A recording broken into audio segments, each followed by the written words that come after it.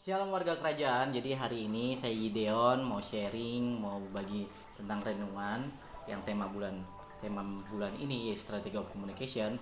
Seperti sebelumnya, saudara terkasih dan Bapak Ibu sudah banyak dengar tentang video-video yang dibagiin oleh Gembala Sektor sebelumnya. Jadi hari ini saya mau bagi tentang Strategy of Communication yang menurut saya itu keren banget. Jadi saya lagi renungin di minggu-minggu ini cerita tentang Daniel.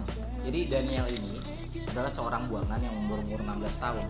Jadi dia masih muda waktu dia ditangkap oleh Raja Babel. Jadi waktu itu dia umur 16 tahun. Jadi waktu itu Daniel berketetapan tidak mau menajiskan dirinya dengan makanan santapan raja. Jadi waktu dia umur 16 tahun dia punya communication jadi bahwa waktu itu pengawalnya bilang, bahwa rajanya bilang bahwa semua orang harus makan santapan raja. Tapi waktu itu Daniel tahu bahwa dia itu nggak mau mencemari dirinya. Jadi dia punya strategi communication. Dia ngomong sama pengawalnya, "Bapak pengawal, contohnya ya, saya tidak mau makan itu. Jadi kita uji coba 10 hari kalau mereka lebih gemuk atau lebih sehat atau lebih kuat dari kami akan makan makanan. Tapi waktu kami lebih gemuk dan perawakannya lebih baik, kami akan tetap makan sayur-sayuran, buah-buahan dan lain-lain."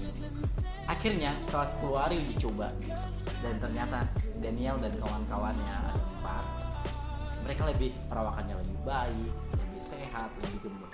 Itu strategi communication yang Daniel bisa bicara ke pengawal yang mau mengawasi mereka gitu. And next ya, waktu si Raja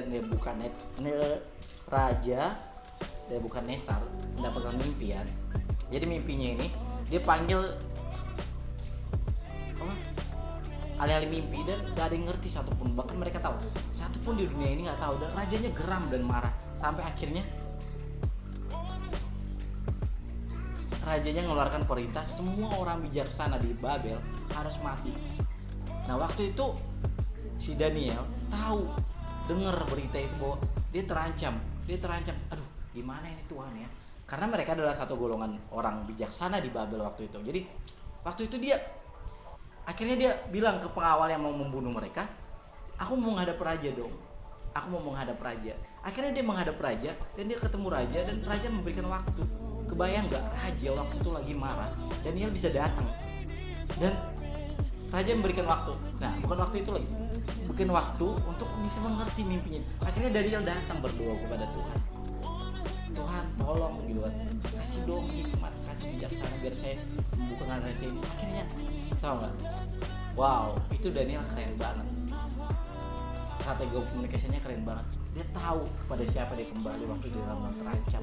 Dia tahu kenapa dia bisa gitu, karena roh yang di dalamnya itu sangat besar. Roh Tuhan itu dalamnya itu keren banget. Jadi aku cuma bagiin sama kita, ayo balik lagi sama Tuhan. Saya mau bagiin satu ayat, itu Daniel 2 ayat 19 sampai 20. "Maka rahasia itu disikapkan kepada Daniel dan saat dalam suatu penglihatan malam. Lalu Daniel memuji Allah semesta langit. Berkatalah Daniel," ini dia keren banget, "terpujilah nama Allah dan selama-lamanya sampai selama-lamanya. Sebab daripada dialah hikmat dan kekuatan. Dialah yang mengubah saat dan waktu. Dia memecat raja dan dia mengangkat raja. Dia memberikan hikmat kepada orang bijaksana dan pengetahuan kepada orang yang berpengertian." Aku mau bilang, pada saat ini pada waktu pandemik ini mungkin belum normal, tapi kita masih ada normal. Ayo,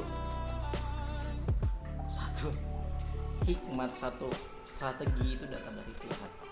Kita mau nggak kembali kepada Tuhan? Kita mau nggak kayak dibilang KWL itu, kita mau nggak satu frekuensi? Aku sih ibaratnya kayak radio. Kalau kita cari 101,2 FM, kalau kita puter itunya secara frekuensi atau sama 101 dengan 101, kita bisa dengar suara itu. Kita bisa dengar suara itu seperti Daniel. Kita bisa dengar suara itu. Bahkan dia nggak tahu mimpi itu, tapi kalau disingkapkan keren banget. Jadi Bapak Ibu yang apapun keadaan kita, ayo kembali sama Tuhan. Tuhan akan ngajarin kita, akan perdengarkan suaranya. Itu aja dari saya, Gideon. God bless you.